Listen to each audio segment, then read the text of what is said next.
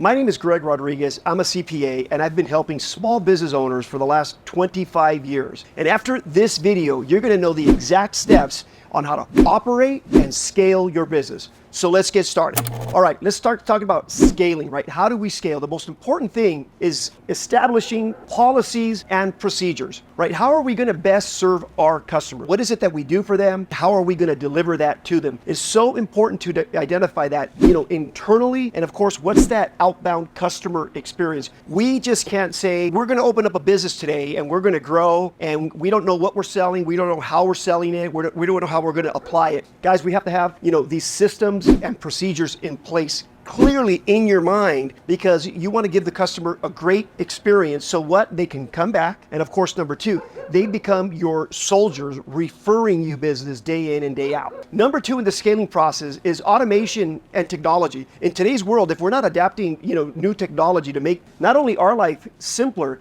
but again, it's all about the consumer experience, right? Giving them an easier time in transacting with us so we can convert to more of a relational experience instead of just a transactional. That's how we use technology. And of course, number three in the scaling process is constantly evaluating, right? What are we doing? How are we doing it? Is it working? And what's the experience, right, of our customer? Do they love it? Do they not love it? So that we can, constantly, as needed, right, be adapting and adjusting to continue providing that wonderful customer experience.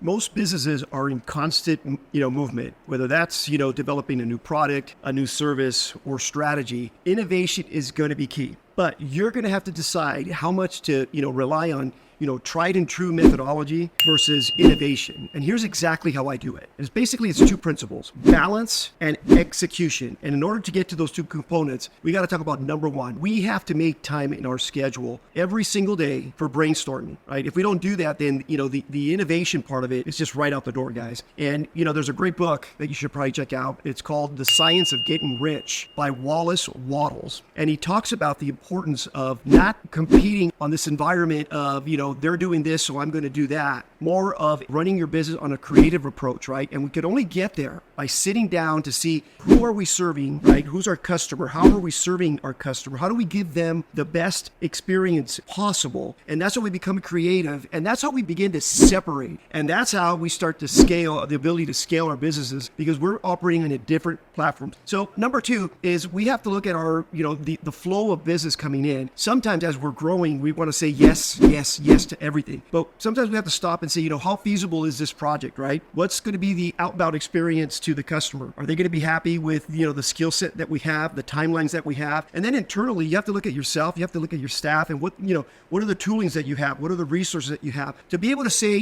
no when no, and then say yes when it's supposed to be a yes, so that everybody wins, right? And when you follow this approach, again, this is all about, growing and be able to scale, right? As you bring in, more talent, more people to your team, you're going to be able, of course, to say a lot more yeses with different projects, guys. And of course, number three, culture. It doesn't matter if it's just you, right? I started as just me, and now I have a team, right? So whether it's you or you have a team in your business, it's so important to identify your culture, right? What's the communication? What are the boundaries, right? Because if not, as you begin to, scale and grow, you're going to bring in a lot of people, and there's going to be a lot of confusion.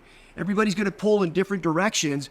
And then all of a sudden, you've got this great business that's growing. You've got, a bigger team, but it becomes frustrating, right? So it's very important for you as the leader, as the owner of your business, to sit down and say, what are our core values? What kind of, atmosphere do we want in the office? What kind of experience do we want our customer to have, when somebody answers the phone, when there's an email? When you identify that, then you have processes and you have systems, and that's how it's going to make your life a lot easier, because when we grow and scale, that muscle flexes and it becomes a little bit painful. And when we have those, those steps, it's going to be a lot easier. What I want to talk a little bit about now that it's going to help you is mindset. You have to believe. As a CPA, I've got so many people that, will call and say, I got a thought, I got an idea. Do you think I should, start a business? And really quick, what I want to say is just no, right? Because if you have to ask somebody, then you're not ready, right? You're not ready. So we have to prepare our mind for that journey. It's tough. Being a small business owner is probably one of the loneliest things that you will do.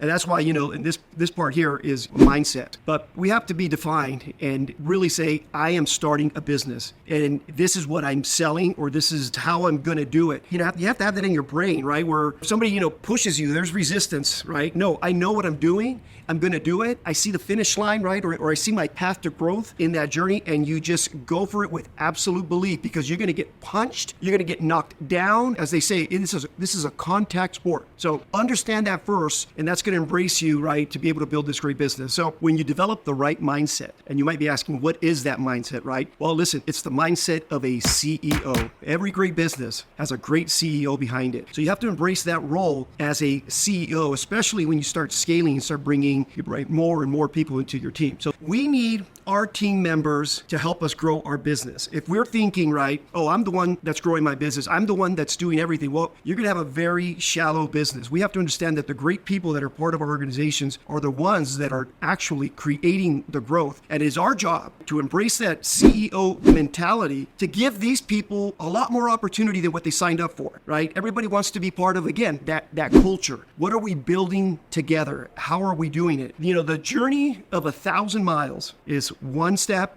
and one step at a time. And as long as you keep moving forward, right? And when you fall, you get up, you're going to be able to grow that business and scale it to whatever level you want.